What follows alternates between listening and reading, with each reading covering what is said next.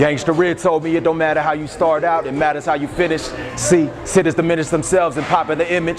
Player with their handles, God throw you in the scrimmage, stay pitted against the rebel army. And shiny armor will say you when you be living heartless. My archangel be walking with me while I be sparking. Regardless of the fall, I get up cause I got a harness. Why you mugging? You ain't the hardest of all the Spartans, and weapons are darker. Your vision was when they hit the target. See, people ain't living for nothing and they ain't earning nothing. Youngsters be frustrated, yapping and rapping. You notice that you ain't busting nothing. You got your hands or whatever, but you ain't touching nothing. Remember coming up at times I made my parents cry, see, but I ain't perfect, so I'm trying to make my parents smile. Lift them or lift me out, might be living foul. Try to untie the knot, let enemies go, but a memory lasts forever. Now they taking your soul. Eyes wide and telling the Lord that I ain't ready to go. And when we pass away, your families carry heavier load. So now I deal out the remedy with Kennedy blows. See, we all trying to walk right with God in the review mirror, but now the finish line is firm to adhere to. We all one, I can see it out in clear view. I ain't listened before, but I swear that I hear you. Scared to lose sight cause we blind with the fold, and we cry when they hand play your bus at the cards fold. Somebody gone now, the fam yell murder in the hospital room, pronounced dead with a burner in the tracks of my tears amongst peers at the service. You posted with a mighty Uptown Swuite, 707 Saville, and this is a Poly Perspective. Church, God bless. Hey man, it's a pleasure, man. Oh, man. Big fan, man. Yes, sir. I go by the name of the mighty Uptown Swuite, Vacaville, California representative, one half of the Mighty C crew, one half of the City Lights gang.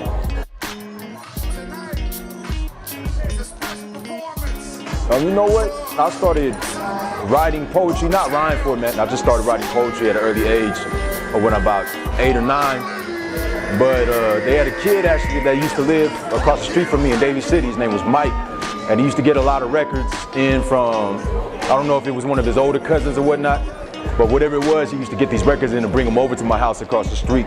So that's how I really first got exposed to like the early records that would make me go out and look for other records similar to that. So he brought over Exhibit, his first album, At the Speed of Life, The Final Tick, Crucial Conflict, Goody Mo's first album, Akhal's first album. And ever since then, I switched up. I kept writing poetry, but eventually flipped it into MCing or whatnot. So yeah, that's pretty much what started.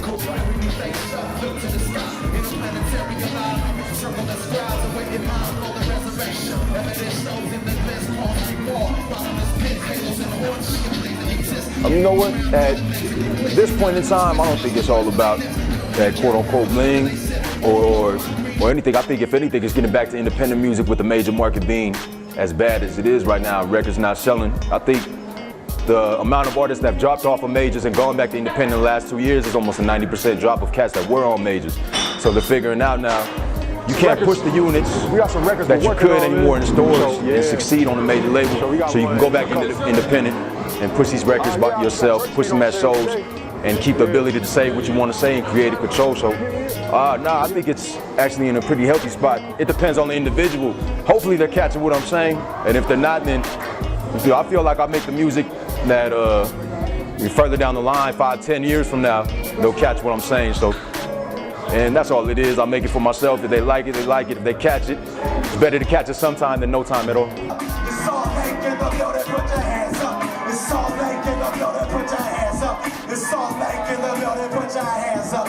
You have to be clear on the mic. You can be the dopest MC, but at the same time, you have to know mic control in the studio and during the show.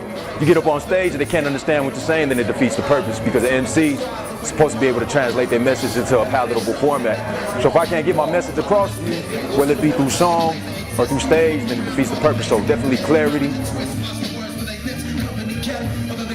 Regardless of where we go and where I'm at in the world, I'm always going to be Samoan. You feel me? And my ancestral roots are always tied to Samoa, tied to the Pacific region, and tied to Polynesia in itself.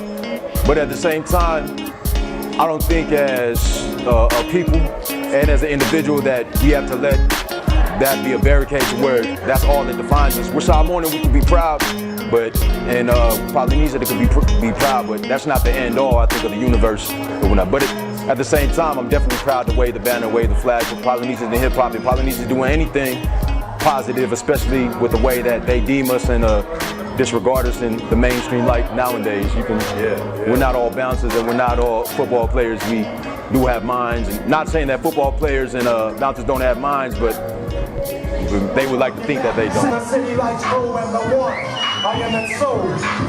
I think hip hop and just music in general is the perfect platform to express or to address those issues. A lot of cats don't want to address the issues, especially child abuse. Child abuse is a big thing I'm an advocate against.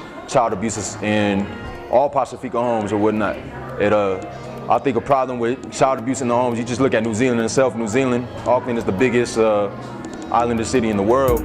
But at the same time, New Zealand has the highest amount of child abuse cases, domestic violence cases in the world too. So there's a reason for that. We have to be able to draw a line, I think, between child abuse and discipline. You can discipline, but I mean, man, you ain't got to kill the cat. You don't have to kill your kids, man. That's an old theory, I think. And teach, I think we overstep that barrier because child abuse has become a norm.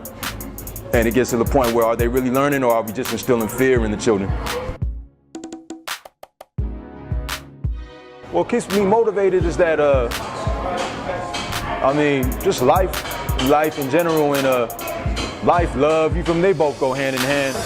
But at the same time, it's constantly seeing that there's always need for work, always need for change. I mean, as long as you're alive, there's always lessons to be learned if you choose to learn them or if you choose to take life that way.